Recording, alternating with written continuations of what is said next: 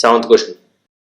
గణతి పత్రిక 4వ అధ్యాయం 21వ వచనం నుంచి 31వ వచనం ప్రకారం సీనాయి కొండ మీద ధర్మశాస్త్రం మరియు 10 ఆజ్ఞల ద్వారా చేయబడిన నిబంధన అనుసరించేవారు దాసీ కుమారులు. అబ్రహాం సంతానమైన క్రీస్తును విశ్వసించిన వారంతా స్వతంత్రాల కుమారులు. మేము సీనాయి కొండ నిబంధన అనుసరించి దాసులం కాదు. మరి మీరు? ద్వితీయోపదేశకాండం 5 చదవమ్మా.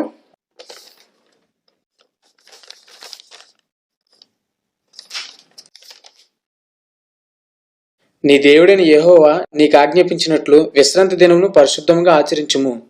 నేను అడుగుతున్న ప్రశ్న ఏంటి, మీరు చెప్తున్న సమాధానం ఏంటి? నేను అడిగిన ప్రశ్నకు సమాధానం చెప్పండి సార్. మేము స్వతంత్రాల కుమారులం. మరి మీరు?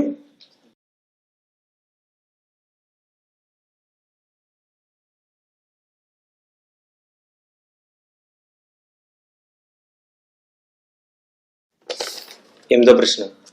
ఎఫెసీ 2వ అధ్యాయం 14వ వచనంలో యేసుక్రీస్తు విధిరూపమైన ఆజ్ఞలు గల ధర్మశాస్త్రాన్ని తన శరీరంలో కొట్టివేశాడని రాయబడి ఉంది. కొట్టివేయబడిన ఆ ఆజ్ఞల్ని మనం ఎందుకు పాటించాలి?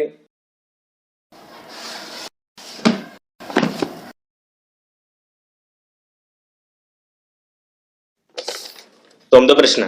ద్వితీయోపదేశకాండం 4వ అధ్యాయం 44వ వచనం, యెషయా గ్రంథం 56వ అధ్యాయం 3-4 వచనాల ప్రకారం ధర్మశాస్త్రం ఇశ్రాయేలులకు, ఇశ్రాయేలుల మధ్య నివసించే అన్యులకు మాత్రమే వర్తిస్తుంది. క్రైస్తవులకు ధర్మశాస్త్రం ఎందుకు వర్తిస్తుంది? Okay, next. 10వ ప్రశ్న. ధర్మశాస్త్రం దేనికి సంపూర్ణ సిద్ధి కలిగజేయలేదని హెబ్రీ పత్రిక 7వ అధ్యాయం 19వ వచనం చెప్తుంది. ఆ అసంపూర్ణమైన దాన్ని పాటించి మనం సంపూర్ణం ఎలా అవుతాం? Next question. 11వ ప్రశ్న. యేసుక్రీస్తు ధర్మశాస్త్రం కింద ఉన్న వారిని విమోచించడానికే ధర్మశాస్త్రానికి లోబడ్డాడు అని గలతీ పత్రిక 4వ అధ్యాయం 5వ వచనం చెప్తుంది. ధర్మశాస్త్రాన్ని పాటించేవారు దాని నుండి బయటపడటమే దేవుని చిత్తం. మీరు దేవుని చిత్తానికి వ్యతిరేకంగా ఎందుకు బోధిస్తున్నారు? Okay, next question. 12వ ప్రశ్న.